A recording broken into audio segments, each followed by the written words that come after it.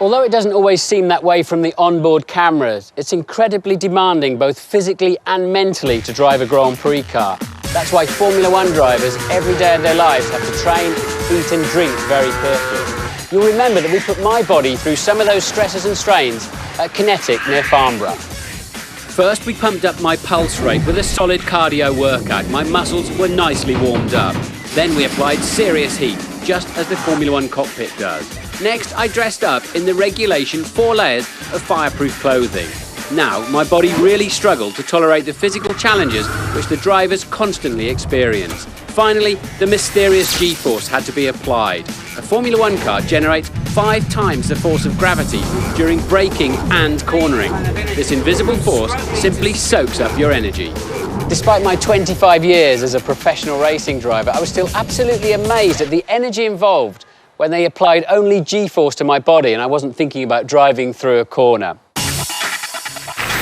Well, amazingly and impressively, Williams Toyota have provided us with the latest FW29. I'm going to jump into it and show you how all of those stresses and strains relate to being behind the wheel and in the cockpit.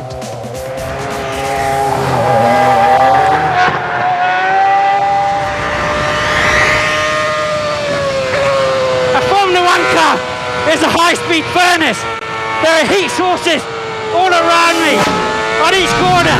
A tyre at 100 degrees centigrade. Brakes at a fairly believable 1,000 degrees centigrade. Either side of me, water, oil and fuel radiators. The back of my seat is the front of the fuel tank, and that could run as high as 60 degrees centigrade. And in the cockpit, a lot of electronic control units generating heat. To make it worse, I've got 4 layers of fireproof clothing, just like I had in that test at Kinetic, plus helmet, boots, gloves of course. Worse still, the aerodynamicists don't want a lot of turbulent air coming through this cockpit. They want it going into the air intake for the engine above my head. They want clean air with positive pressure through there for more engine power. So I'm sitting in a void.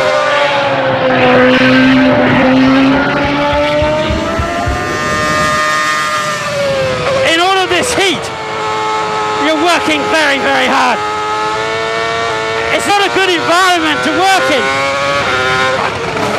The 6-point seat belts are pushing me into this custom-made seat, which hurts when I'm sitting in the pits.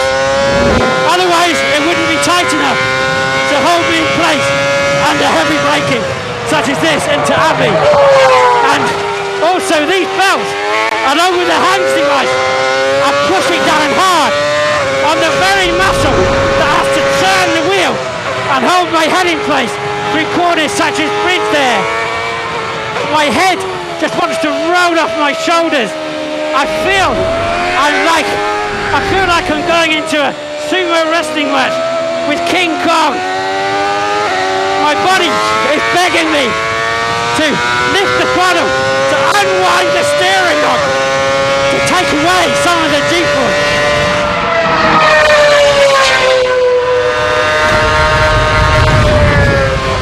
We know from the latest graphics that Formula One cars generate G-force in acceleration, cornering and braking. They only reach equilibrium at top speed, just before the violence starts all over again.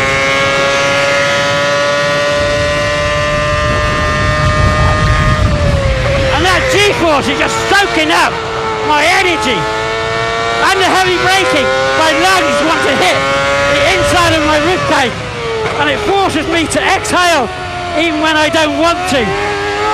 It's just taking all the life out of my body. Amazing amount of energy.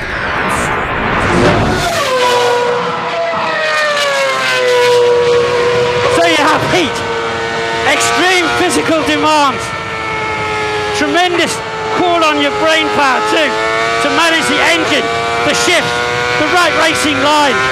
It makes you fully appreciate just why these racing drivers are so fit and so highly paid as they fight over the same piece of tarmac. You realise how hard it is as you sit inside the cockpit, and their ability to fight each other head to head on the racetrack whilst controlling these amazing machines. With my body stretched to the limit and my mind in overdrive, I also had to think about keeping the car online. Of course, the Grand Prix drivers too have to think about racing others into the same corner, challenging over the same piece of tarmac. And also, of course, the race strategy as it unfolds. No wonder they're highly paid and super fit. I hope I've given you a much better feel for exactly what the challenges are for a Grand Prix driver.